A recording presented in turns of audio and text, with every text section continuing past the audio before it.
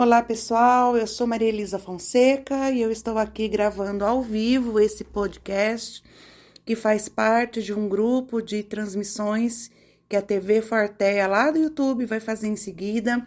Então eu vou aproveitar aqui e fazer essa transmissão para vocês. Queria agradecer a minha equipe que está aqui, agradecer a todo mundo que está ouvindo e dizer um pouco da importância da avaliação de habilidades, que é o que nós estamos gravando aqui na forma de vídeo também. Bom, quando a gente fala de avaliação, nós precisamos entender que estamos falando de uma referência a algum sujeito que está sob os meus cuidados, e se falando de autismo, de alguém que veio buscar alguma intervenção, seja na escola, seja porque está na escola, ou seja porque está em algum processo inicial ou até medial em alguma clínica, consultório, sala de recursos, né? A avaliação, na verdade, ela vem para me dar um ponto de partida e vai servir como um termômetro das minhas intervenções, entender o que a pessoa já está aprendendo e o que pode ter ficado para trás e o que ela já sabe fazer e etc, né? E o que eu tenho para falar hoje é sobre os dois pontos da avaliação e a análise que a gente tem que fazer ligados ao que a gente entende, ligado ao que a gente entende de avaliação formal e de avaliação informal.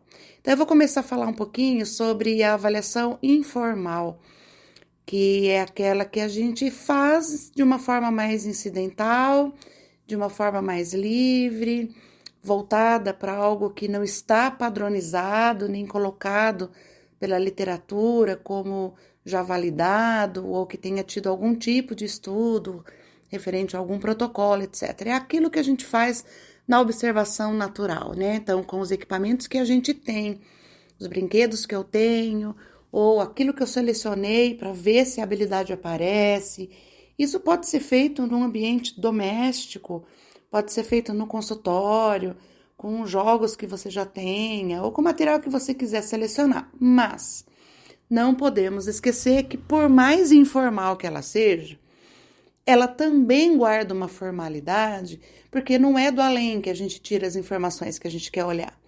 Então, eu já preciso saber se eu vou olhar para a comunicação, se eu vou olhar para a discriminação, se eu quero entender como essa criança se aproxima dos objetos, como ela manuseia, como que ela brinca, qual é o tipo de olhar, o quão sustentado é esse olhar, se a criança atende, quer dizer, eu estou olhando para alguns elementos que eu já preparei.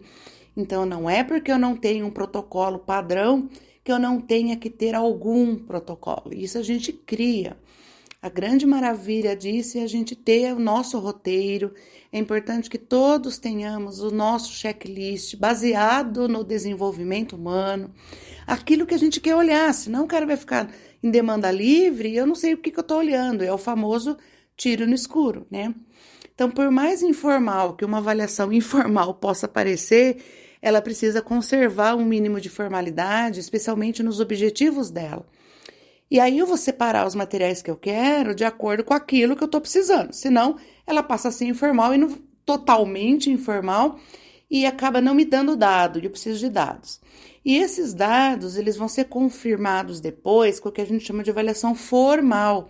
Essa sim, tem os protocolos já validados, ela já tem publicação, alguém já pesquisou, usualmente tem os critérios para que a gente siga. A gente tem muitas tabelas que a gente vai olhar as referências de acordo com outro sujeito da mesma idade, preferencialmente na mesma cultura, ou seja, brasileiros. E aí a gente tem vários protocolos que já são formais e que vão servir de apoio para dado real com base numa normativa. Então, são aqueles que já tem por aí padronizados. Então, escalas que a gente tem, testes que podem me ensinar a olhar para algo que já foi ponderado. Eu tenho instrumentos, de uma forma geral, com os seus próprios materiais de uso. Quer dizer, a gente tem várias possibilidades de aplicar uma avaliação formal e ela depende do objetivo. E depende, inclusive, da faixa etária da pessoa que está comigo, né?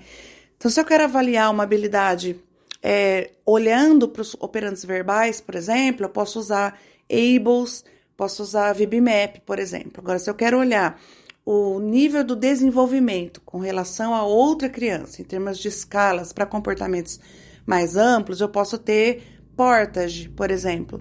Se eu quero olhar para desenvolvimento que vai olhar inclusive para algo ligado a aspectos mais cognitivos e de funcionamento, a gente tem som R. Então, a gente tem escalas para autismo, por exemplo, CARS, que ela não vai me dar se é autismo ou não, mas ela pontua aí o que de acometimento essa pessoa poderia ter.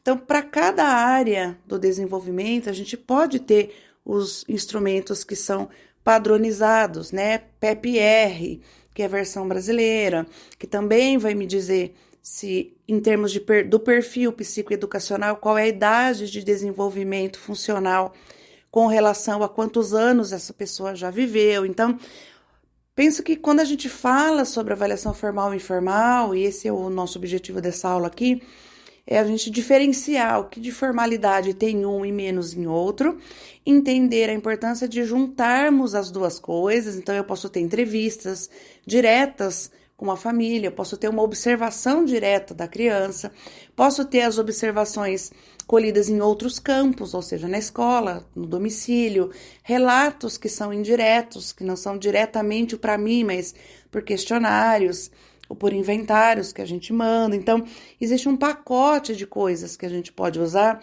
na hora de levantar o perfil de um cidadão aí que chegou para você.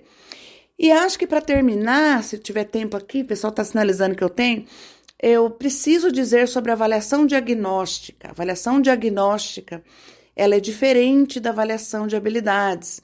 Quando uma criança nos procura para ver se é autista ou não, muitas vezes as pessoas perguntam que teste você está usando para ver se a menina é autista. Não existe teste para autismo, existem rastreios e existem os critérios diagnósticos internacionais universais, que são eles que dirão para nós se essa criança se enquadraria ou não, ou mais ou menos, dentro de um grupo de problemas, né, ou de um grupo de sintomas que juntos formam o que a gente caracteriza num eixo, pensando, por exemplo, na classificação internacional de doenças, que é a CID, que vai dizer pra gente, olha, isso está na casa dos transtornos do espectro autista, do tipo tal, se pensarmos no que o DSM fala para nós, e que por isso é que chamamos de autismo e não chamamos de TDAH, por exemplo, exclusivamente.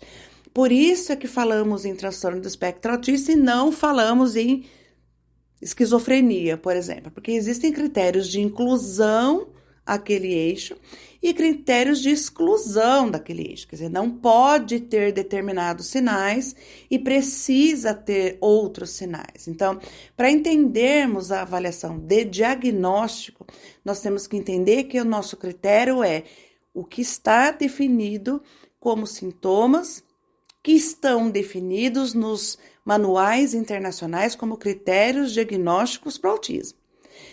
Uma vez sabendo que isso faz parte do grupo do autismo, a gente pode começar a pensar, ou até concomitantemente com isso, pensar em avaliação de habilidades, mas a avaliação de habilidades não serve exclusivamente para dizer se tem autismo ou não.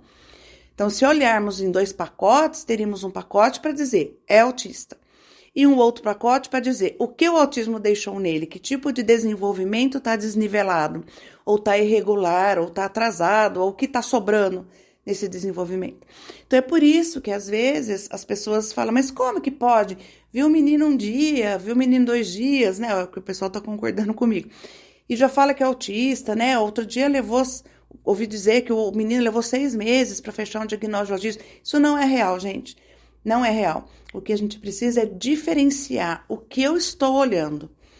Aí a gente começa a pensar em que tipo de avaliação a gente está propondo, certo? A avaliação de habilidades ela é fundamental para a gente pensar no planejamento da intervenção, o que é que eu vou fazer e por onde eu vou começar.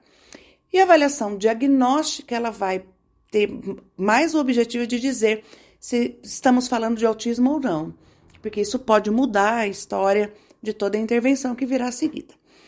Muito bem, pessoal, então a gente vai encerrar essa transmissão agora. Estávamos ao vivo aqui, salvando esse podcast para o nosso sistema de podcasts do grupo Maria Elisa Fonseca, e eu espero vê-los todos aí em breve nos nossos eventos e nas nossas redes sociais. Encerrando a transmissão aqui, muito obrigado, espero vê-los em breve.